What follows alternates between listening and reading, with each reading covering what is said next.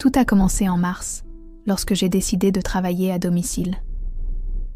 L'hiver parisien tirait sa révérence, et moi, après 5 ans dans une agence de design qui m'en demandait trop pour un salaire de misère, j'avais enfin trouvé le courage de me lancer comme graphiste indépendante. Mon petit bureau, aménagé dans un coin du salon avec vue sur le parc, était devenu mon refuge. Au début, Romain, mon mari, feignait de me soutenir. « Je suis fière de toi, Camille », disait-il pendant que j'installais mon nouvel ordinateur. Ces mots sonnaient creux, comme un texte appris par cœur, mais j'étais si enthousiaste que j'ai préféré ignorer ce premier signal d'alarme. Il continuait de travailler à la banque, comme toujours, avec son costume impeccable et sa mallette en cuir, un cadeau de sa mère pour l'obtention de son poste. Ah, Madame Dubois. Ma belle-mère vivait à peine à 2 rues de notre appartement dans le Marais. Une femme de la vieille école qui n'avait jamais travaillé et considérait que le premier devoir d'une épouse était de s'occuper de son mari. Dès notre rencontre, elle avait clairement fait savoir que je n'étais pas ce qu'elle avait imaginé pour son fils unique, trop indépendante, trop moderne. Les premières semaines furent un tourbillon. J'ai récupéré quelques clients de mon ancienne agence et je travaillais sans relâche pour prouver, peut-être plus à moi-même qu'à quiconque, que j'avais pris la bonne décision. Romain rentrait à la maison et s'enquérait à peine de ma journée. Si j'évoquais un nouveau projet ou un client satisfait, il souriait avec condescendance. « C'est bien que tu t'occupes avec quelque chose », disait-il en desserrant sa cravate et en allumant la télévision. Madame Dubois a commencé à nous rendre visite presque quotidiennement. Elle apparaissait à l'heure du déjeuner avec des boîtes de quiche Lorraine ou de bœuf bourguignon, comme si j'étais incapable de préparer un repas décent. « Romain a besoin de bien manger, pas de ces salades que tu lui sers », murmurait-elle en envahissant ma cuisine. Puis elle arpentait le salon, jetant un regard dédaigneux sur ma table de travail. De mon temps, les femmes savaient où était leur place, commentait-elle en servant le repas. Ton père m'a entretenue comme un gentleman jusqu'à sa mort, Romain. Je n'ai jamais eu à me soucier de rien. Mon mari hochait la tête, ravi. Camille a ses idées modernes, maman. Tu sais comment sont les filles d'aujourd'hui. Je me mordais la langue pour ne pas répondre. Après tout, je gagnais mon propre argent. Je contribuais à l'économie du foyer. Je pensais qu'avec le temps, il finirait par voir la valeur de mon travail. Mais la situation n'a fait qu'empirer. Un après-midi, après avoir reçu le paiement d'un client important, une chaîne de restaurants pour laquelle j'avais conçu toute l'identité visuelle, j'ai montré la facture à Romain avec fierté. « C'est tout ?» a-t-il demandé avec une grimace. Ma dernière prime trimestrielle était 5 fois supérieure à ça. Il a posé le papier sur la table comme si c'était quelque chose de sale. « Ce n'est pas du vrai argent, Camille. C'est ce que tu gagnes en jouant avec tes gribouillages. » J'ai eu l'impression de recevoir une gifle. Ce sont des créations professionnelles, pas des gribouillages, ai-je répondu, la voix tremblante. Et ce client a signé un contrat annuel. Oui, oui, a-t-il répondu en se servant un verre de vin. Quand tu en auras marre de ce caprice, l'agence te reprendra sûrement. Cette nuit-là, j'ai pleuré en silence dans la salle de bain. Je ne comprenais pas pourquoi mon succès semblait tant le menacer. Je pensais que ce n'était qu'une question de temps, qu'il changerait d'attitude en voyant que mon affaire était stable. Mais chacune de mes petites réussites semblait l'enfoncer davantage dans son ressentiment. Si je mentionnais que j'avais terminé un projet en avance, il répondait avec des histoires de ses collègues de la banque qui obtenaient des promotions ou des récompenses. Si je commentais qu'un client avait été enchanté par mon travail, il se rappelait une erreur que j'avais commise des semaines auparavant. Madame Dubois, de son côté, était passée des sous-entendus aux critiques ouvertes. Une femme avec des horaires aussi flexibles, disait-elle le mot comme si c'était une maladie, n'a aucune discipline. Comment vas-tu fonder une famille comme ça, Romain? Ton père et moi, nous t'avons eu 1 an après notre mariage. À ce rythme. Elle laissait la phrase en suspens, mais le message était clair. Mon dévouement à mon travail était, pour elle, un signe d'égoïsme impardonnable. Un jour, alors que j'étais en visioconférence avec des clients, elle est entrée dans le salon et a commencé à passer l'aspirateur. Quand je lui ai fait signe d'attendre, elle m'a regardé avec mépris et a augmenté le volume. J'ai dû m'excuser et reprogrammer la réunion. Lorsque j'ai raccroché, furieuse, elle m'a fait face avec un sourire. « Désolée, ma belle, les tâches ménagères n'attendent pas. Si tu avais un vrai travail, avec un vrai bureau, cela n'arriverait pas. » C'est alors que j'ai commencé à les remarquer chuchoter entre eux quand ils pensaient que je ne faisais pas attention. Je les entendais planifier des repas de famille sans me consulter, ou commenter que la phase rebelle de Camille, c'est ainsi qu'ils appelaient ma carrière, se terminerait sûrement bientôt. Mon cercle social a commencé à se réduire. J'ai cessé d'inviter mes amis à la maison, car chaque visite devenait une occasion pour Romain ou Madame Dubois de m'humilier subtilement. Camille est très occupée avec ses petits projets, disait-il. Elle a à peine le temps de cuisiner comme il faut, ajoutait-elle. Les rares fois où nous sortions avec ses amis de la banque, Romain me présentait comme ma femme qui joue à l'entrepreneuse. Ses collègues riaient. Leurs épouses échangèrent des regards gênés, et je me sentais rapetissée jusqu'à disparaître. Les week-ends sont devenus un champ de bataille. Si je travaillais quelques heures le samedi pour respecter une échéance, Romain se plaignait que je négligeais le foyer. Si je ne travaillais pas, il commentait que mon business semblait me laisser trop de temps libre. Chaque matin, je me réveillais avec un nœud à l'estomac, anticipant leurs commentaires désobligeants. Chaque soir, je me couchais épuisée, non pas par le travail, mais par la tension constante. Ce qui avait commencé comme un rêve professionnel était devenu un cauchemar personnel. Un dimanche après-midi, alors que nous prenions un café sur la terrasse, Romain a jeté un œil désinvolte à mon ordinateur. Seulement 3 projets ce mois-ci ? Dis donc, on dirait que les gens n'apprécient pas beaucoup tes services. Quelque chose s'est brisé en moi. J'ai compris que ce n'était pas une phase, que cela ne changerait ni avec le temps, ni avec davantage de succès de ma part. Ce qui avait commencé comme de la jalousie s'était transformé en quelque chose de plus sombre.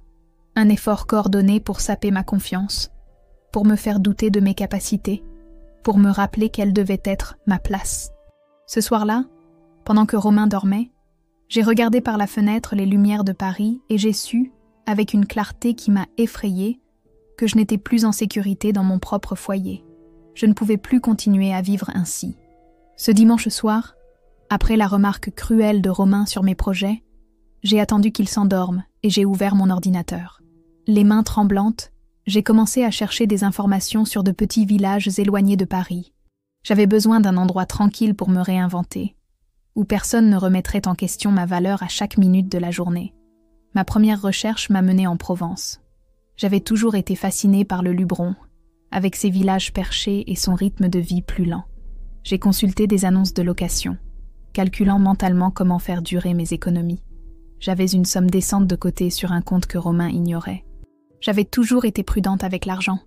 Une leçon apprise de ma grand-mère. Une femme doit toujours avoir son propre argent, au cas où. Au cas où. Comme elle avait raison. Les jours suivants, j'ai partagé mon temps entre mes clients et la planification de ma fuite. J'ai créé une nouvelle adresse email que Romain ne verrait jamais. J'ai contacté des propriétaires de maisons dans de petits villages, expliquant que je cherchais un endroit calme pour travailler. J'ai cherché des offres d'internet rural, sachant que j'aurais besoin d'une bonne connexion pour continuer mon activité. Un matin, alors que Romain était à la Défense et Madame Dubois rendait visite à une amie malade, j'ai reçu un courriel qui a fait battre mon cœur. Une petite maison à Lourmarin, un village du Luberon, était disponible à la location avec option d'achat. Le propriétaire, un homme âgé nommé Antoine, avait joint des photos montrant une maisonnette blanchie à la chaux, avec des bougainvilliers grimpant sur les murs, un petit patio intérieur, et surtout, une vue sur les collines depuis une fenêtre qui serait parfaite pour mon espace de travail. Le loyer était raisonnable, bien moins que ce que j'aurais payé dans n'importe quelle grande ville. Antoine expliquait dans son message que la maison avait appartenu à sa sœur, récemment décédée, et qu'il préférait la louer à quelqu'un qui en prendrait soin avec amour. Je lui ai répondu immédiatement, expliquant ma situation, sans entrer dans trop de détails personnels. Je lui ai dit que j'étais graphiste indépendante, que je travaillais de chez moi et que je cherchais la tranquillité pour me concentrer sur mes projets. J'ai mentionné que je pouvais la visiter la semaine même s'il était disponible. Je dois aller à Aix-en-Provence pour le travail. Ai-je menti à Romain le soir suivant pendant le dîner? Un client potentiel veut me rencontrer pour un projet important. Il a à peine levé les yeux de son assiette. Ça vaut le coup, le déplacement? Tu sais ce que je pense de ces dépenses inutiles. Le client paie mes frais. Ai-je menti à nouveau? Me détestant de devoir le faire, mais sachant que c'était nécessaire. C'est une opportunité que je ne peux pas refuser. Romain a haussé les épaules, désintéressé comme toujours par mon travail. et a changé de sujet pour me parler d'un collègue de la banque qui venait de s'acheter une nouvelle voiture. Son manque d'intérêt, qui me blessait auparavant, jouait maintenant en ma faveur. 2 jours plus tard, j'ai pris le TGV pour Aix. J'avais dit à Romain que je reviendrais le soir même, mais j'avais réservé une chambre dans un petit hôtel au cas où la visite à Lourmarin se prolongerait. De la gare routière d'Aix-en-Provence, j'ai pris un bus qui serpentait sur les routes de campagne, grimpant vers le Luberon. Le paysage était à couper le souffle, des collines ondoyantes, des vallées profondes, de petits villages qui semblaient accrochés aux flancs. Lourmarin m'a accueilli avec un air frais et pur qui contrastait avec la pollution de Paris. Antoine m'attendait sur la place principale, un homme d'environ 70 ans à la peau tannée par le soleil et aux yeux bienveillants. Il m'a emmené à pied jusqu'à la maison, saluant les voisins que nous croisions en chemin.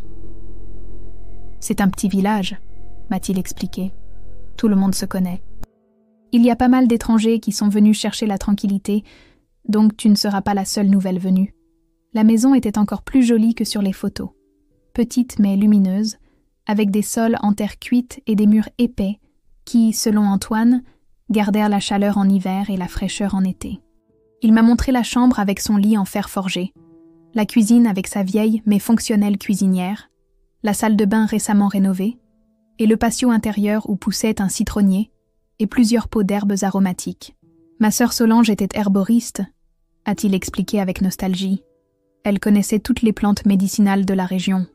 Tandis que nous visitions, j'ai parlé à Antoine de mon travail.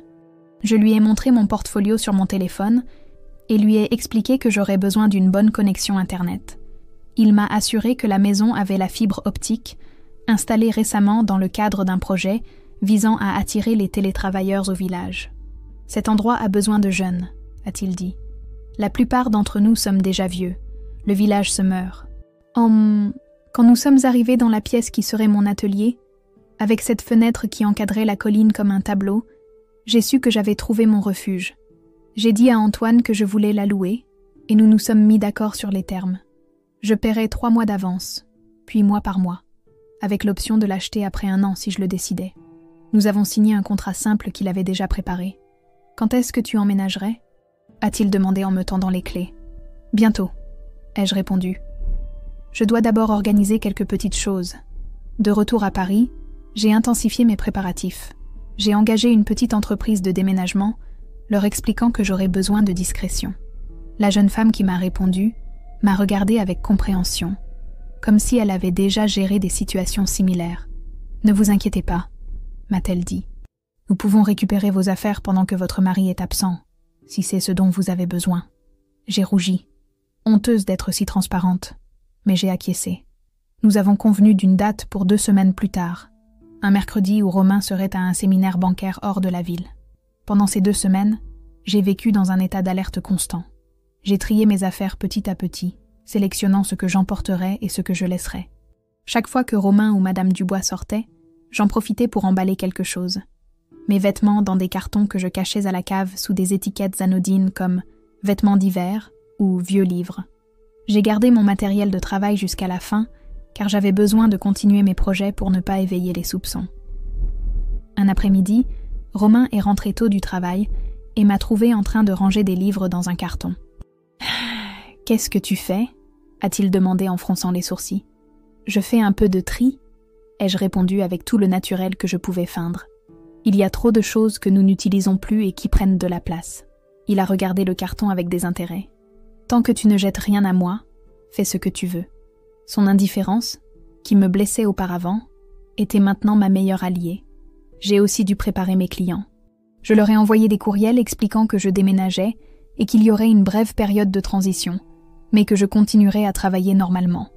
Certains m'ont demandé les raisons, et je me suis contentée de dire que je cherchais un changement d'air, un environnement plus inspirant. Personne n'a remis en question ma décision. Au contraire, plusieurs m'ont félicité d'avoir franchi le pas. À mesure que le jour approchait, les nuits devenaient interminables. Je me réveillais en sursaut, craignant que Romain ait découvert mes plans d'une manière ou d'une autre. J'imaginais des scénarios terribles, lui interceptant un courriel, trouvant les clés de la maison de Lourmarin, ou simplement devinant mon intention de le quitter. Mais chaque matin, il se levait, se douchait, enfilait l'un de ses costumes sombres identiques, et partais pour la banque sans me prêter plus d'attention que le strict nécessaire. Madame Dubois continuait d'apparaître presque quotidiennement, critiquant mon apparence, ma cuisine, mon travail, ignorant que bientôt, elle n'aurait plus personne à qui adresser ses reproches. Une semaine avant mon départ, j'ai transféré la majeure partie de mes économies sur le nouveau compte bancaire que j'avais ouvert en secret. Je n'ai laissé que le strict nécessaire sur notre compte joint pour ne pas éveiller les soupçons. J'ai aussi changé les adresses de facturation de tous mes documents importants. Le plan était en marche, et il n'y avait pas de retour en arrière possible. Chaque nuit, après que Romain se soit endormi, je regardais le plafond de notre chambre et je répétais mentalement chaque étape. Comment je lui dirais au revoir le matin, en feignant la normalité? Comment j'appellerais les déménageurs dès qu'il aurait franchi la porte? Comment je ferais le tour de l'appartement une dernière fois avant de partir? La veille de son séminaire, alors que je préparais sa valise, il m'a demandé si ça irait toute seule pendant ces quelques jours. « Bien sûr », ai-je répondu. « J'ai beaucoup de travail à terminer. Maman passera te voir », a-t-il dit. Ce n'était pas une question, mais une affirmation. Je lui ai dit de te préparer quelques repas. J'ai acquiescé, sachant que lorsque Madame Dubois viendrait, je serais déjà loin, dans ma nouvelle vie. Je me suis sentie coupable un instant, imaginant leur confusion. Mais ce sentiment s'est rapidement dissipé au souvenir d'années de mépris et d'humiliation. Cette nuit-là, pendant que Romain dormait profondément, je me suis levée et je suis allée dans le salon. J'ai regardé une dernière fois l'appartement qui avait été mon foyer pendant 7 ans. Malgré tout ce qui s'était passé, il y avait eu de bons moments conservés entre ces murs. Mais il ne restait plus rien pour moi ici. La nuit précédant mon départ fut la plus longue de ma vie. Après que Romain soit parti pour son séminaire à Lyon, sa valise parfaitement faite par mes soins, une dernière tâche d'épouse obéissante, je me suis retrouvée seule dans l'appartement qui allait bientôt cesser d'être ma prison. J'ai dîné léger, une omelette et un verre de vin rouge que j'ai bu lentement, savourant chaque gorgée comme un petit acte de liberté. La maison était inhabituellement silencieuse. Sans les critiques de Romain, sans les soupirs désapprobateurs de Madame Dubois, je pouvais entendre le doux bourdonnement du réfrigérateur, le tic-tac de l'horloge murale, le klaxon occasionnel d'une voiture dans la rue, des sons quotidiens qui semblaient en quelque sorte nouveaux. Après le dîner, j'ai vérifié pour la énième fois ma liste mentale. Les cartons étaient déjà prêts à la cave, étiquetés et prêts pour les transporteurs le matin. Mon ordinateur, ma tablette graphique et le reste de mon équipement de travail étaient rangés dans leur housse d'origine. J'avais résilié les services à mon nom et laissé une lettre pour le propriétaire expliquant que je ne renouvellerais pas le bail qui expirait dans 2 mois. J'avais aussi écrit une lettre pour Romain.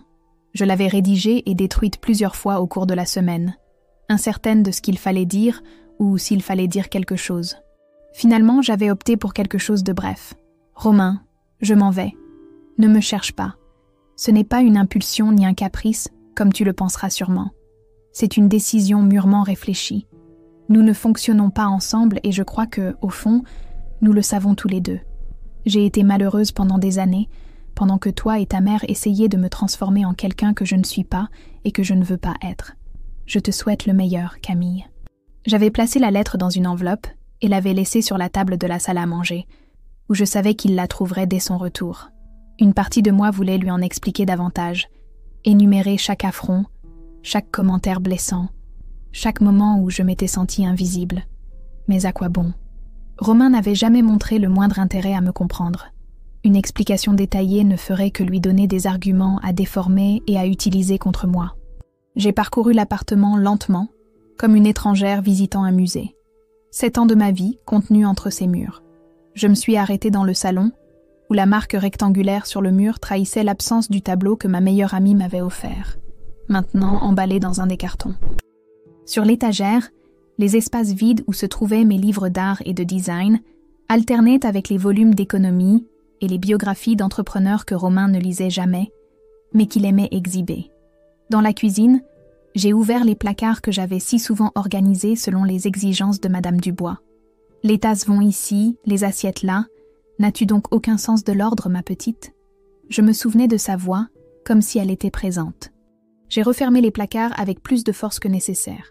Je suis entrée dans la chambre, où le lit conjugal parfaitement fait, une autre habitude que Madame Dubois avait insisté pour m'inculquer, semblait se moquer de moi. Combien de nuits avais-je pleuré en silence de ce côté gauche, tournant le dos à un homme qui dormait, indifférent à ma douleur. J'ai ouvert l'armoire, maintenant à moitié vide sans mes vêtements. J'avais laissé quelques robes et chemisiers que je ne portais plus, pour que l'absence ne soit pas si évidente au premier regard. La salle de bain était peut-être l'espace où il restait le moins de moi. J'avais retiré tous mes produits, ne laissant qu'un shampoing basique et un pain de savon. Les serviettes brodées à nos initiales, cadeau de mariage d'une tante de Romain, restaient accrochées comme si rien n'avait changé. Je suis retournée au salon et me suis assise sur le canapé. Lumières éteintes. Seule la lampe sur pied éclairant faiblement la pièce. Il était à peine 11 heures du soir, mais le temps semblait s'être arrêté. J'ai pensé allumer la télévision pour me distraire, mais je craignais que le bruit ne rompe le sortilège de calme qui s'était abattu sur l'appartement. À la place, j'ai sorti mon téléphone et cherché des informations sur Lourmarin. J'ai lu sur son château, ses galeries d'art, son célèbre marché provençal, sur les sentiers qui parcouraient les collines environnantes, entre les oliveraies et les vignobles, sur le microclimat spécial qui permettait la culture d'amandiers et de cerisiers. Chaque nouvelle information me confortait dans ma décision. Je ne fuyais pas seulement quelque chose, j'allais vers quelque chose de meilleur. À minuit, j'ai reçu un message de Romain. Bien arrivé à l'hôtel. Le séminaire commence demain à 9 heures. Je t'appellerai après. Pas un « je t'aime » ni un « tu me manques ». Simple information pratique, comme celle qu'il partagerait avec un collègue. J'ai répondu par un laconique « Ok, repose-toi bien », sachant que ce serait notre dernier échange. J'ai essayé de dormir un peu sur le canapé, mais le sommeil me fuyait. Mon esprit sautait entre souvenirs et anticipation, entre le passé que je laissais derrière moi et l'avenir incertain qui m'attendait. Il y a eu des moments où le doute m'assaillait. Prenais-je la bonne décision ? Ne vaudrait-il pas mieux essayer d'arranger les choses, de parler franchement à Romain, de mettre des limites à Madame Dubois ? Mais je me suis aussitôt souvenu de toutes les fois où j'avais essayé de communiquer, de toutes les conversations tombées dans l'oreille d'un sourd, de toutes les frontières qui avaient été ignorées. À 3 heures du matin, vaincu par l'insomnie, je me suis levée et j'ai préparé un café. C'était une nuit fraîche de printemps et je suis sortie sur la petite terrasse avec ma tasse fumante. Paris dormait sous un ciel étonnamment étoilé. De notre 6e étage, je pouvais voir les lumières de la ville qui avait été mon foyer pendant toute ma vie d'adulte. J'ai respiré profondément, laissant l'air nocturne remplir mes poumons. J'étais née dans cette ville, j'étais tombée amoureuse dans ces rues, j'avais construit ma carrière entre ces immeubles. Maintenant, je la quittais, non par des amours pour elle, mais parce que j'avais besoin de me redécouvrir loin des attentes qui m'avaient emprisonnée. À 5 heures, alors que le ciel commençait à s'éclaircir, je me suis accordé une longue douche. Je me suis habillée avec des vêtements confortables pour le voyage, un jean, un chemisier ample et des baskets. J'ai séché mes cheveux et me suis maquillée légèrement, comme n'importe quel autre jour. Je voulais paraître normale aux yeux des voisins que je pourrais croiser, du gardien qui me verrait sûrement sortir avec ma valise. À 7 heures, j'ai appelé l'entreprise de déménagement pour confirmer. Ils arriveraient à 8 heures, comme convenu. « Nous serons ponctuels, madame », m'a assuré le responsable. « Ne vous inquiétez pas. » Profitant de la dernière heure, j'ai vérifié chaque pièce pour m'assurer de ne rien oublier d'important. Sur ma table de chevet, j'ai trouvé l'alliance que j'avais cessé de porter des mois auparavant, sous prétexte qu'elle me gênait pour travailler. Je l'ai tenue entre mes doigts, sentant son poids insignifiant. 5 ans de mariage réduits à un anneau doré sans valeur sentimentale. Je l'ai laissé dans le tiroir, à côté des lettres que Romain m'avait écrites pendant nos fiançailles, quand il s'efforçait encore de paraître attentif et affectueux. Sur mon bureau, j'ai trouvé une photo encadrée de notre mariage. Je l'ai regardée avec détachement, comme si j'observais 2 étrangers. La jeune femme de 26 ans dans sa robe blanche souriait radieusement, inconsciente de ce qui l'attendait. L'homme à ses côtés, beau dans son costume sombre, arborait déjà ce sourire suffisant que j'allais si bien connaître. J'ai laissé la photo où elle était, que Romain en fasse ce qu'il voudrait. À 8 heures précises, la sonnette a retenti. C'étaient les déménageurs, 2 jeunes hommes et une femme d'âge mûr qui semblaient être aux commandes. Elle s'est présentée comme Lucie et m'a assuré qu'ils avaient l'expérience des situations délicates. « Ne vous en faites pas », m'a-t-elle dit à voix basse, pendant que ses collègues commençaient à charger les cartons de la cave. « Nous serons rapides et discrets. » Lucie avait raison. En moins d'1 heure, toutes mes affaires étaient dans le camion. J'ai signé les papiers nécessaires et leur ai donné l'adresse de la maison à Lourmarin. Ils voyageraient pendant la journée et arriveraient le soir. Antoine, le propriétaire, avait accepté de les recevoir si j'étais en retard. Quand ils sont partis, l'appartement semblait étrangement le même, mais différent. Pour un observateur occasionnel, rien n'avait changé. Les meubles étaient toujours à leur place, les tableaux de Romain toujours au mur, les appareils électroménagers dans la cuisine. Mais pour moi, qui connaissais chaque centimètre de cet espace, les absences étaient assourdissantes. J'ai pris ma valise et mon sac à main, où se trouvait mon ordinateur, mes papiers et un peu d'argent liquide. J'ai jeté un dernier regard à l'appartement, éteint les lumières et fermé la porte. Dans l'ascenseur, j'ai respiré profondément plusieurs fois, essayant de calmer les battements accélérés de mon cœur. Dans le hall, j'ai croisé Monsieur Martin, le gardien, qui m'a salué avec sa gentillesse habituelle. « Vous partez en voyage, Madame Camille ?» a-t-il demandé en regardant ma valise. « Oui », ai-je répondu avec un sourire que j'espérais paraître naturel. « Je vais rendre visite à une amie pour quelques jours. »« Bon voyage, alors », m'a-t-il souhaité en m'ouvrant la porte. « Passez le bonjour à Monsieur Romain quand il rentrera de Lyon. » J'ai acquiescé, sans faire confiance à ma voix pour répondre. Je suis sortie dans la rue, où le soleil matinal baignait Paris d'une lumière dorée. Je me suis arrêtée un instant, sentant la chaleur sur mon visage, puis je me suis mise en marche vers la station de taxi la plus proche. Je n'ai pas regardé en arrière une seule fois. Le voyage de Paris à Aix-en-Provence s'est déroulé comme dans un rêve. Pendant les 3 heures de trajet en TGV, je suis restée sur le qui-vive, sursautant à chaque fois que mon téléphone sonnait. Mais Romain n'a pas appelé. Il devait être occupé par son séminaire, ignorant que sa vie était sur le point de changer complètement. D'Aix, j'ai pris un bus pour Lourmarin. À mesure que le véhicule grimpait sur la route sinueuse, je sentais que je laissais derrière moi non seulement une ville, mais une version de moi-même. Les vues étaient spectaculaires. Des collines couvertes de vignes et d'oliveraies, et au loin, la silhouette du massif du Luberon. Après chaque virage, je respirais un peu plus librement. Antoine m'attendait sur la place du village, comme convenu. Son visage buriné s'est illuminé en me voyant descendre du bus avec ma valise. « Bienvenue dans ta nouvelle maison, Camille », a-t-il dit en me serrant la main chaleureusement. « Le voyage s'est bien passé ?»« Long, mais magnifique », ai-je répondu, sentant l'air pur de la campagne remplir mes poumons. Il m'a accompagnée à travers des rues pavées et étroites, saluant les voisins que nous croisions. Le village resplendissait sous le soleil de l'après-midi, avec ses maisons en pierre et ses balcons débordant de géraniums et de bougainvilliers. La fontaine de la place principale attirait une poignée de touristes qui remplissèrent des bouteilles en plastique. « Nous ne sommes pas nombreux à l'année », m'a expliqué Antoine, alors que nous montions une rue escarpée. « Environ 1 millier au total. Mais nous avons tout. Médecins, pharmacie, épicerie et même un petit centre culturel où l'on donne des cours de peinture et de musique. » La maison, au bout d'une ruelle qui semblait sortie d'un conte de fées, m'a accueillie comme une vieille amie. Antoine m'a tendu les clés et m'a aidé à porter ma valise jusqu'à la porte. « Les déménageurs ont appelé. Ils arriveront dans environ 3 heures, m'a-t-il informé. J'ai laissé quelque chose à manger dans le frigo pour que tu n'aies pas à t'en soucier aujourd'hui. Et voici mon numéro si tu as besoin de quoi que ce soit.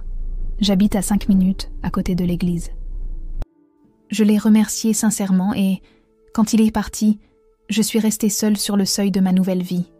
Je suis entrée dans la maison et j'ai parcouru chaque pièce lentement, cette fois sans hâte, savourant la sensation que tout cet espace était à moi, et rien qu'à moi.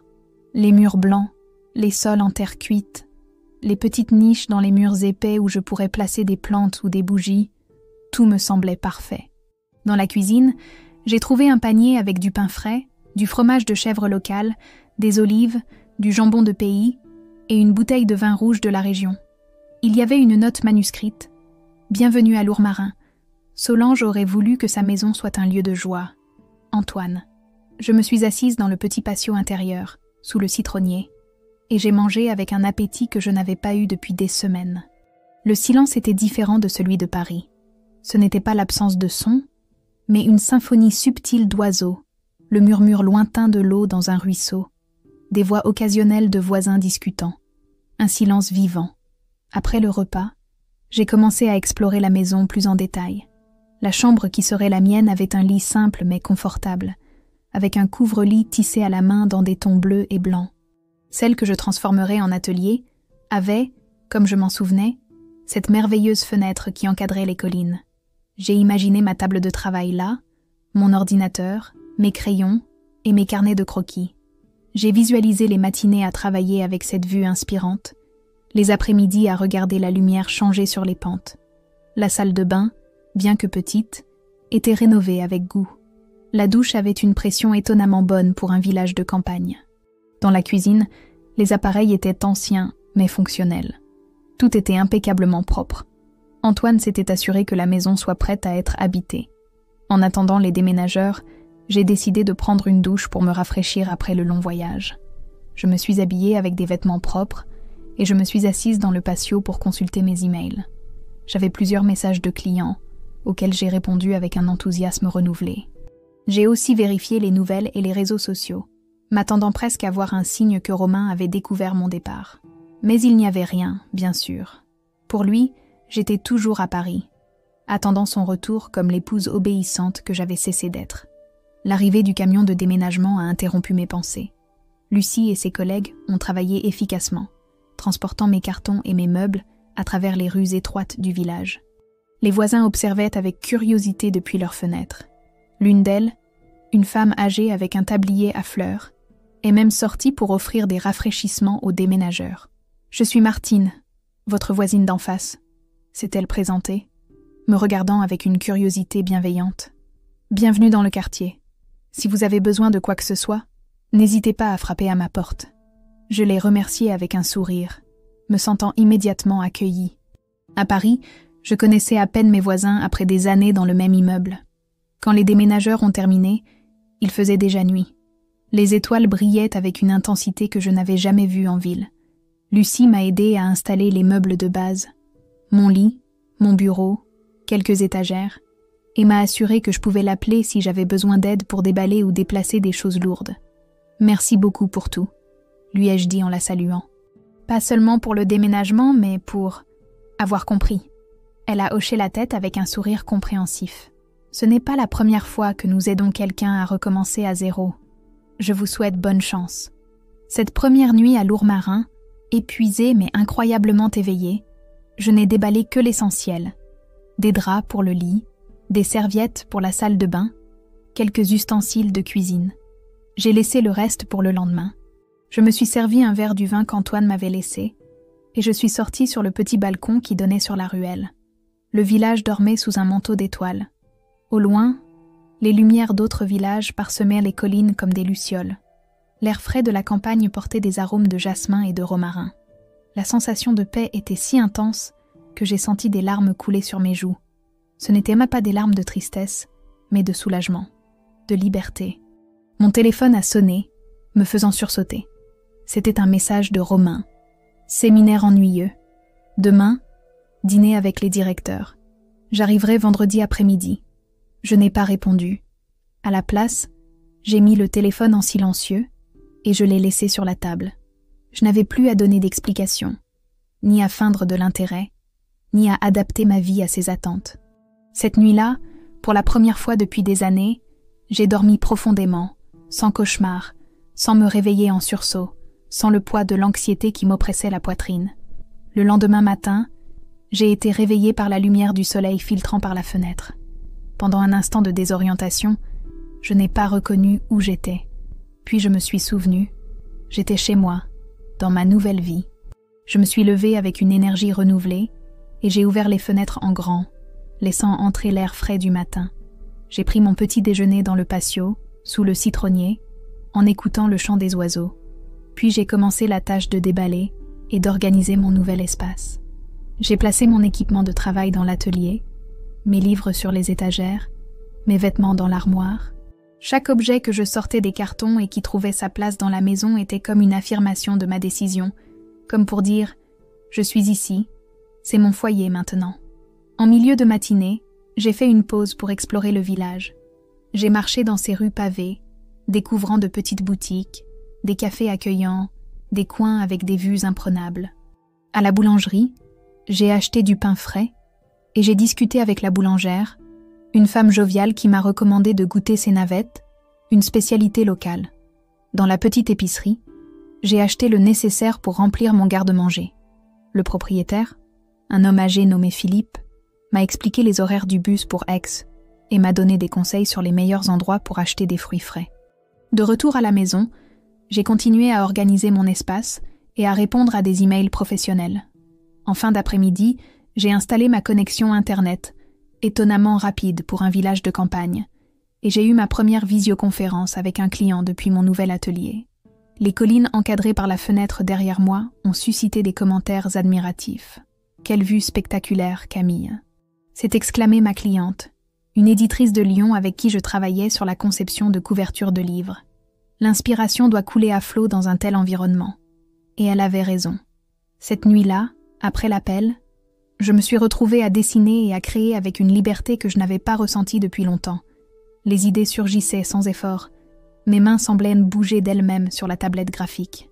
J'ai travaillé tard, oubliant le temps, profitant du simple plaisir de créer sans l'ombre de la critique planant au-dessus de mon épaule. En me couchant, j'ai vérifié mon téléphone une dernière fois. Pas de nouveaux messages de Romain. J'ai supposé qu'il n'était pas encore rentré à Paris, qu'il était toujours dans sa bulle d'importance professionnelle, ignorant que sa vie parfaitement contrôlée était en train de s'effondrer. J'ai ressenti une pointe de culpabilité momentanée, rapidement remplacée par de la détermination. Je ne fuyais pas, je me sauvais. Les 2 premiers jours à Lourmarin se sont déroulés comme un rêve paisible. J'ai établi une routine simple mais satisfaisante. Me réveiller avec le soleil, prendre mon petit déjeuner dans le patio sous le citronnier, travailler le matin dans mon nouvel atelier, me promener dans le village au crépuscule. Les voisins commençaient à me reconnaître. Certains me saluaient d'un geste amical, d'autres s'arrêtaient pour une brève conversation. Martine, ma voisine d'en face, m'a apporté un gâteau au citron fait maison et m'a invité à prendre le café chez elle quand je le voudrais. L'après-midi du 2e jour, Antoine est passé me voir pour s'assurer que tout était en ordre. Je lui ai montré comment j'avais organisé la maison, en conservant son essence mais en l'adaptant à mes besoins. Il s'est montré satisfait de voir que j'avais conservé les pots d'herbes aromatiques de sa sœur. Solange serait contente, a-t-il dit avec nostalgie. Cette maison avait de nouveaux besoins de vie. Il m'a parlé de l'histoire du village, des anciens canaux qui amenaient l'eau des collines aux cultures, des artistes qui avaient été attirés par sa lumière pendant des générations. Il m'a invité à une petite réunion qui aurait lieu le samedi chez lui, où je pourrais rencontrer d'autres voisins. Il y a une petite communauté d'artistes et de télétravailleurs, m'a-t-il expliqué. Des gens qui ont fui la ville comme toi. Vous vous entendrez bien. Après sa visite, je suis retournée à mon travail avec un enthousiasme renouvelé. Je concevais un logo pour une petite entreprise de produits biologiques de la région qui m'avait été recommandée par un ancien client. Le projet avançait facilement. Les idées me venaient sans le blocage créatif que j'avais si souvent connu à Paris. Pendant que je travaillais, mon téléphone restait en mode silencieux sur la table. Je l'avais vérifié de manière obsessionnelle, anticipant le moment où Romain découvrirait mon absence. Selon ses messages, il devait rentrer à Paris cet après-midi-là. J'ai calculé qu'il lui faudrait quelques heures pour se rendre compte que quelque chose n'allait pas. D'abord, il penserait que j'étais sortie faire des courses, puis il appellerait sa mère, qui aurait sûrement déjà essayé de me rendre visite et aurait trouvé un appartement vide. À 19h, alors que le soleil commençait à descendre derrière les collines, illuminant mon atelier d'une lumière dorée, le téléphone a vibré sur la table. L'écran affichait le nom de Romain. J'ai respiré profondément, me préparant à l'inévitable, mais je n'ai pas répondu. J'ai laissé l'appel basculer sur la messagerie vocale. Il a rappelé immédiatement. Et encore. Et encore. Le téléphone vibrait avec insistance, comme un insecte piégé. Finalement, la notification d'un message vocal est apparue. Les mains tremblantes, je l'ai écouté. « Camille, où es-tu ? Je viens d'arriver et... l'appartement est... Qu'est-ce qui s'est passé, bon sang ? Où sont tes affaires ? Appelle-moi tout de suite. » Sa voix était confuse, irritée mais pas alarmée. Il n'avait pas encore trouvé la lettre. Ou peut-être l'avait-il trouvée mais ne l'avait pas lue, typique de Romain, qui ignorait souvent mes notes ou messages quand ils ne lui semblaient pas immédiatement pertinents. Les appels ont continué. J'ai décidé d'éteindre le téléphone pendant quelques heures, me donnant le temps de me recentrer. Je suis sortie me promener dans le village, cherchant le calme dans le mouvement. L'air frais du soir m'a aidé à éclaircir mes pensées. Je me suis arrêtée dans un petit café sur la place, où j'ai commandé une tisane locale. Le serveur, un jeune homme nommé Julien, m'a expliqué que c'était un mélange spécial d'herbes de la région. C'est ma grand-mère qui la prépare, a-t-il dit avec fierté. Ça aide à calmer les nerfs. J'ai souri, me demandant si mon anxiété était si évidente. La tisane était délicieuse, avec un goût légèrement sucré et un arôme réconfortant. En la buvant, j'ai observé la vie quotidienne du village se dérouler autour de moi. Un groupe de personnes âgées jouait aux cartes à une table voisine. 2 femmes discutaient vivement près de la fontaine. Un chien somnolait paresseusement sous un banc. Cette tranquillité, cette simplicité, était exactement ce que j'étais venue chercher. De retour à la maison, j'ai rallumé le téléphone, prête à affronter la tempête. J'avais 12 appels manqués, 7 de Romain, 3 de Madame Dubois, et 2 de numéros inconnus que je supposais être des amis ou de la famille recrutée pour me chercher. Il y avait plusieurs SMS et messages vocaux. Le dernier, envoyé il y a à peine une demi-heure, était de Romain. « Si tu ne réponds pas dans 1 heure, j'appelle la police. » C'était une menace en l'air, bien sûr. Je savais qu'il ne le ferait pas. Un scandale serait la dernière chose que voudrait Romain, toujours si soucieux des apparences, de ce que penseraient de ses collègues de la banque, ses amis du club de tennis, la belle famille avec laquelle il s'efforçait tant de se faire bien voir. Pourtant, j'ai décidé de répondre. Pas par peur de ses menaces, mais pour en finir une bonne fois pour toutes. Je lui ai envoyé un bref message. « Je vais bien, ne me cherche pas. » La lettre explique tout. À peine 1 minute plus tard, mon téléphone a sonné. Cette fois, j'ai répondu « Camille, où diable es-tu » Sa voix était méconnaissable, aiguë et tendue. Je pouvais entendre Madame Dubois sangloter en arrière-plan. Qu'est-ce que c'est que cette histoire de vente de l'appartement? L'agent immobilier est passé cet après-midi. Il dit que tu as signé les papiers la semaine dernière. Es-tu devenue folle? Ah, c'était donc ça qui le préoccupait vraiment. Pas mon absence, mais l'appartement. L'appartement que nous avions acheté principalement avec mon héritage, mais qui était aux 2 noms. J'avais oublié de mentionner ce détail dans mon récit. Avant de partir, j'avais contacté un agent immobilier et mis en vente notre part du bien. Le marché à Paris était florissant, et je savais qu'il se vendrait rapidement.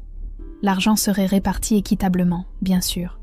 Je ne voulais rien qui ne me revienne pas de droit.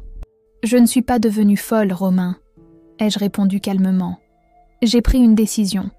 Je t'ai laissé une lettre qui explique tout. » « Une lettre? Quelle lettre ?» Sa confusion semblait sincère. J'ai imaginé l'enveloppe blanche sur la table de la salle à manger, ignorée dans le chaos de sa découverte. Sur la table de la salle à manger, lis-la et tu comprendras.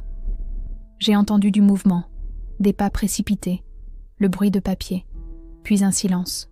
« C'est ridicule, » a-t-il dit finalement. « Tu ne peux pas simplement partir comme ça. Nous devons parler. Dis-moi où tu es, et je viendrai te chercher. » Non, Romain, je ne te dirai pas où je suis. Et non, nous n'avons pas à parler. Ça fait des années que nous ne parlons plus vraiment. Que veux-tu dire? Nous parlons tous les jours. Son incapacité à comprendre, à voir au-delà de la surface, était exactement ce qui m'avait conduite à cette situation.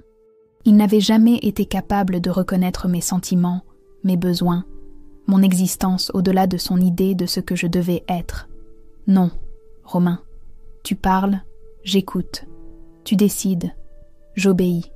Toi et ta mère, vous m'étouffez depuis des années, transformant chacune de mes réussites en quelque chose d'insignifiant, chacune de mes décisions en une erreur. Je n'en peux plus. Il y eut un silence sur la ligne. Quand il a repris la parole, son ton avait changé. Il ne semblait plus en colère, mais déconcerté, presque blessé. Je ne comprends pas ce qui s'est passé. Nous allions bien. Je t'ai donné tout ce dont tu avais besoin. Non, ce n'est pas vrai. Tu m'as donné tout ce que tu croyais dont j'avais besoin. Tu ne m'as jamais demandé ce que je voulais, moi. Tu n'as jamais valorisé mon travail, mes rêves, mes efforts. Ce n'est pas juste. Je t'ai soutenu avec ton hobby de design. Le mot hobby fut comme une gifle. Il résumait parfaitement des années de dévalorisation. Tu vois, c'est exactement de ça que je parle. Ce n'est pas un hobby, Romain. C'est ma profession, ma passion, ma façon de gagner ma vie. Et tu n'as jamais été capable de le respecter. À ce moment-là, j'ai entendu Madame Dubois arracher le téléphone à Romain. « Camille, ma petite, qu'est-ce que c'est que cette folie? Comment peux-tu faire ça à mon fils? À la famille? Que vont dire les gens ?» Sa voix tremblait, mais pas d'inquiétude pour moi, mais de rage et d'indignation. Toujours les apparences, toujours le qu'en dira-t-on. Je suis désolée, Madame Dubois, mais cette décision est la mienne, et je ne changerai pas d'avis. Mais ma petite, tu ne peux pas... Tu as des responsabilités, des obligations. Mon fils a besoin de toi. Votre fils a besoin d'une épouse soumise qui accepte d'être rabaissée chaque jour. Je ne suis plus cette personne. Comme tu exagères. Toujours avec tes drames. Personne ne t'a rabaissée. Nous essayons seulement de te guider, de t'aider à être une meilleure épouse. J'ai été surprise par la sincérité de sa voix. Elle croyait vraiment ce qu'elle disait. Dans son esprit, ses critiques et corrections constantes étaient des formes d'aide, non de contrôle ou d'humiliation. Je crois que nous avons des idées très différentes de ce que signifie être une bonne épouse, Madame Dubois, et de ce que signifie le respect. Le respect? Mon fils t'a respecté plus que tu ne le méritais. Il t'a permis de travailler à la maison, de jouer à être indépendante. Combien de maris feraient ça? Permis? Jouer? Vous vous entendez parler? J'ai respiré profondément, comptant mentalement jusqu'à 10. Il ne servait à rien de poursuivre cette conversation. Je suis désolée, mais il n'y a plus rien à dire. J'ai pris ma décision. Camille, la voix de Romain de nouveau, ayant récupéré le téléphone. Tu ne peux pas nous faire ça. Nous devons parler en personne. Dis-moi où tu es. Nous allons arranger ça. Il n'y a rien à arranger, Romain. Ce qu'il y avait entre nous s'est terminé il y a longtemps, même si aucun de nous ne le reconnaissait. Maintenant, je ne fais que l'officialiser. C'est à cause de ton travail, n'est-ce pas? Quelqu'un t'a offert quelque chose dans une autre ville? C'est ça? Parce qu'on peut régler ça. Je peux parler à mon directeur à la banque, voir s'il y a des possibilités de mutation. Toujours à supposer, jamais à demander. Toujours à croire qu'il savait ce que je pensais ou ressentais. Non, Romain, ce n'est pas pour le travail. C'est pour moi, pour ma dignité, pour ma paix intérieure, pour mon droit à être valorisé et respecté. Tu es irrationnel, ça ne te ressemble pas. Es-tu avec quelqu'un? C'est ça? Tu as rencontré quelqu'un d'autre? L'accusation m'a blessée, mais ne m'a pas surprise. Il était incapable d'imaginer que ma décision puisse être basée uniquement sur mon bien-être, sur mon besoin de liberté.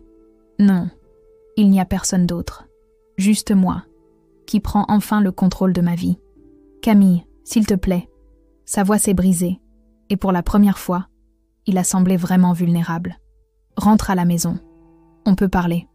Je peux changer. Je ferai ce que tu veux. Pendant un instant, j'ai senti que j'allais faiblir. J'avais aimé cet homme autrefois. J'avais construit des rêves avec lui. Mais ensuite, je me suis souvenu d'années de commentaires blessants, de regards condescendants, de petites cruautés quotidiennes. Je me suis souvenu comment mon estime de moi s'était lentement érodée sous sa constante désapprobation. Je suis désolée, Romain. Il n'y a plus de retour en arrière possible. Et sur ces mots, j'ai raccroché. Je suis restée assise dans le patio, sous le citronnier, écoutant les bruits du village se préparant pour la nuit. La sonnerie de mon téléphone a de nouveau retenti, insistante. Mais cette fois, je n'ai pas répondu. Au bout d'un moment, les sons ont cessé. J'ai mis le téléphone en silencieux et je l'ai laissé à l'intérieur de la maison.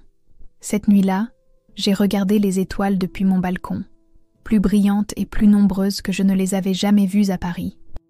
J'ai respiré l'air frais de la campagne et j'ai ressenti, malgré la difficulté de la conversation, une profonde sérénité. J'avais franchi le pas le plus difficile. J'avais définitivement rompu avec mon passé.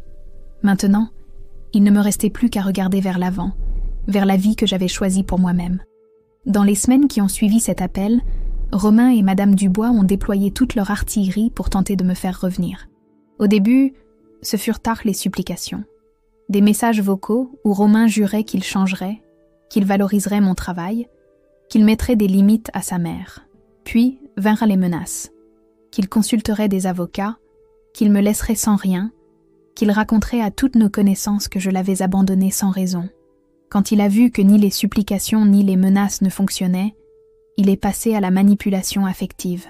Il m'a envoyé des photos de notre voyage à Tenerife, de notre mariage, de moments qu'il considérait comme heureux, mais que je me rappelais teintés de tension. Tu te souviens comme on était bien ? Écrivait-il.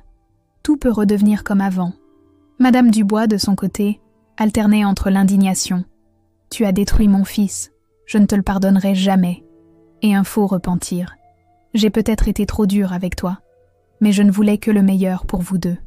Elle a même contacté ma mère à Lille, avec qui j'entretenais une relation distante, pour qu'elle essaie de me convaincre de revenir. Ma mère m'a appelée, déconcertée par la version des faits que lui avait raconté ma belle-mère. Elle dit que tu as eu une sorte de crise de nerfs, que tu as abandonné Romain sans explication. Je lui ai raconté ma version, les années de mépris, l'asphyxie constante, le sentiment de disparaître sous le poids de leurs attentes. À ma grande surprise, elle m'a comprise. Il m'a toujours semblé que cet homme avait trop d'ego et peu d'empathie, a-t-elle avoué. Et sa mère ? Eh bien, je n'ai jamais aimé la façon dont elle te regardait, comme si elle t'évaluait constamment. Mais je n'ai rien dit parce que tu semblais heureuse. Ou du moins c'est ce que je croyais. Cette conversation avec ma mère fut un baume inattendu. Nous avions eu nos différends. Elle n'avait jamais compris ma vocation artistique, mon besoin d'indépendance. Mais maintenant, peut-être à cause de la distance ou de la clarté que donne l'âge, elle semblait me voir vraiment pour la première fois. « Je suis fière de toi », a-t-elle dit avant de raccrocher. Il faut du courage pour recommencer à zéro. Les tentatives de Romain pour me localiser devinrent plus désespérées. Il a contacté mes clients, dont il avait trouvé les coordonnées dans un dossier que j'avais laissé. Certains m'ont transféré ces messages, inquiets. Je leur ai brièvement expliqué la situation et leur ai présenté mes excuses pour le dérangement. Tous se sont montrés compréhensifs. Certains ont même partagé des expériences similaires. Il a aussi essayé de me retrouver via les réseaux sociaux, mais j'avais été prudente. J'avais désactivé la géolocalisation sur tous mes comptes et j'évitais de publier quoi que ce soit qui puisse révéler où je me trouvais. Lourmarin était assez petit pour ne pas apparaître dans mes recherches habituelles, et assez grand pour ne pas se faire remarquer si quelqu'un de nouveau s'y installait. Un après-midi, alors que je travaillais sur un projet pour un domaine viticole local, j'ai reçu un email d'une adresse inconnue. C'était Lucie, la responsable de l'entreprise de déménagement. « Bonjour Camille, j'espère que vous êtes bien installée dans votre nouvelle maison. Je vous écris pour vous prévenir qu'un homme se présentant comme votre mari est venu à nos bureaux pour vous demander des nouvelles. Nous ne lui avons donné aucune information, bien sûr, mais j'ai pensé que vous devriez le savoir. Je l'ai remercié pour l'avertissement et j'ai renforcé mes précautions. J'ai changé mes mots de passe, configuré des transferts pour que tous mes anciens emails aillent vers une nouvelle adresse et j'ai même envisagé de changer de numéro de téléphone. Finalement, j'ai décidé de ne pas le faire, mais j'ai bloqué les numéros de Romain et de Madame Dubois après avoir reçu un dernier message particulièrement blessant de sa part. J'ai toujours su que tu n'étais pas assez bien pour mon fils. Une vraie femme n'abandonne pas ses responsabilités. J'espère que tu es satisfaite du malheur que tu as causé. J'ai lu le message plusieurs fois, surprise de voir à quel point il m'affectait peu. Des mois plus tôt, ces mots m'auraient anéanti, auraient confirmé toutes mes insécurités. Maintenant, je voyais simplement une femme accrochée à des idées dépassées sur le mariage, incapable d'accepter que son fils n'était pas le centre de l'univers d'une autre personne. Au fil des semaines, les messages et les appels se sont espacés jusqu'à cesser complètement. En même temps, ma nouvelle vie à Lourmarin se consolidait jour après jour. Mon portefeuille de clients s'étoffait, le bouche à oreille dans la région et le fait de pouvoir proposer des tarifs plus compétitifs en ayant moins de frais me procurait plus de travail que je n'en avais jamais eu à Paris. J'ai établi une routine qui me comblait de satisfaction. Je travaillais le matin dans mon atelier ensoleillé, les fenêtres ouvertes sur l'air frais de la campagne. L'après-midi, lorsque la chaleur se faisait plus douce, je faisais de longues promenades sur les sentiers qui serpentent entre les oliveraies et les vergers. Parfois, j'allais jusqu'à la rivière, où je m'asseyais pour lire ou simplement écouter le murmure de l'eau. Les cours de yoga au centre culturel du village sont devenus un rendez-vous fixe 2 fois par semaine.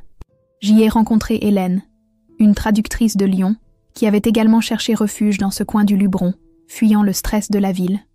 Nous sommes rapidement devenus amis, partageant nos expériences, nous recommandant des livres, explorant ensemble les villages voisins comme Gordes ou Roussillon le week-end.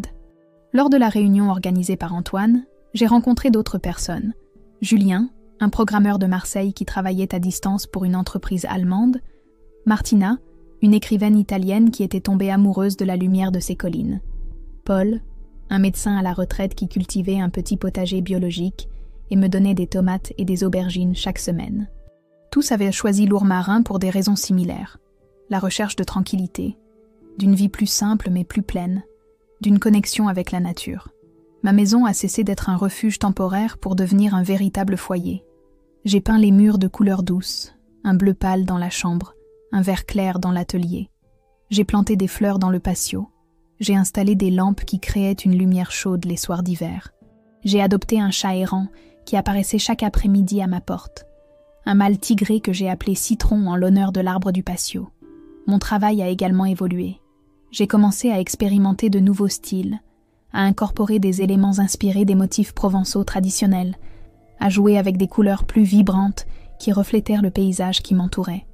Un client m'a fait remarquer que mes créations semblaient plus vivantes, plus authentiques qu'auparavant. Il avait raison. Je me sentais moi-même plus vivante, plus authentique. Un matin d'automne, près de 6 mois après mon départ, j'ai reçu un courriel de mon avocate à Paris. Elle avait géré les détails du divorce et de la vente de l'appartement. Le message était bref et direct. Tout est finalisé. Le virement de votre part de la vente est en cours. Romain a signé les papiers du divorce sans objection. Vous êtes officiellement libre. Félicitations. Je suis restée à regarder l'écran pendant plusieurs minutes, laissant la réalité de ces mots s'imprégner en moi. Libre. Officiellement libre. Même si je me sentais libre depuis le moment où j'avais fermé la porte de cet appartement à Paris, il y avait quelque chose de profondément significatif dans cette confirmation légale. C'était comme si le dernier fil qui me liait à mon ancienne vie s'était définitivement coupé. Cet après-midi-là, en me promenant dans les rues pavées du village, je me suis arrêtée devant une petite bijouterie près de la place. Dans la vitrine, un pendentif en argent en forme d'oiseau en plein vol a attiré mon attention. Il était simple mais magnifique, avec des ailes étendues qui semblaient capter la lumière du soleil. Je suis entrée et je l'ai acheté. Un petit cadeau pour moi-même, un symbole de mon envol vers la liberté. Ce soir-là, j'ai célébré avec Hélène et quelques autres amis dans une petite auberge du village. Nous avons partagé des plats provençaux, du vin local et des conversations qui coulaient avec la facilité que seule donne la véritable connexion. Personne là-bas ne me jugeait pour mes décisions. Personne ne remettait en question ma valeur sur la base de normes arbitraires de ce qu'une femme devrait être ou faire. De retour chez moi, le pendentif en argent brillant sur ma poitrine, je me suis arrêtée en haut de la ruelle qui menait à ma maison. De là, on voyait toute la vallée, baignée par la lumière argentée de la lune. Les toits du village, les pentes couvertes d'oliviers, les collines imposantes en arrière-plan. J'ai respiré profondément, remplissant mes poumons de l'air frais de la nuit. Il y avait des jours où des doutes ou des craintes m'assaillaient encore. Des moments où la voix de Madame Dubois résonnait dans ma tête. « Tu ne seras jamais assez bien » ou où je me rappelais l'expression blessée de Romain lors de notre dernière conversation téléphonique. Mais ces moments étaient de plus en plus rares, de plus en plus faciles à dissiper. Ce que j'avais gagné, la paix intérieure, le respect de moi-même, la liberté d'être qui j'étais vraiment, compensait largement tout ce que j'avais pu laisser derrière moi. Je ne regrettais pas mon mariage. Il m'avait beaucoup appris sur moi-même, sur ce que je voulais et ce que je n'étais pas prête à tolérer. Mais je ne regrettais pas non plus de l'avoir quitté quand j'ai compris qu'il ne m'apportait plus rien d'autre que de la douleur. En entrant dans ma maison, Citron m'a accueilli avec un miaulement exigeant. Je lui ai servi son dîner en caressant sa fourrure douce, reconnaissante de sa compagnie simple et sans exigence. J'ai allumé quelques bougies, mis de la musique douce et me suis servi un dernier verre de vin. Assise dans le patio, sous les étoiles et le citronnier, j'ai repassé mentalement le chemin parcouru. La femme effrayée qui avait planifié sa fuite en secret me semblait maintenant une étrangère, quelqu'un que je connaissais, mais qui n'était plus moi. À sa place, il y avait moi, plus forte, plus sûre d'elle, infiniment plus heureuse. Je ne savais pas ce que l'avenir me réserverait. Peut-être resterais-je à Lourmarin pour toujours, peut-être chercherais-je un jour de nouveaux horizons, mais je savais que toute décision que je prendrais serait vraiment la mienne.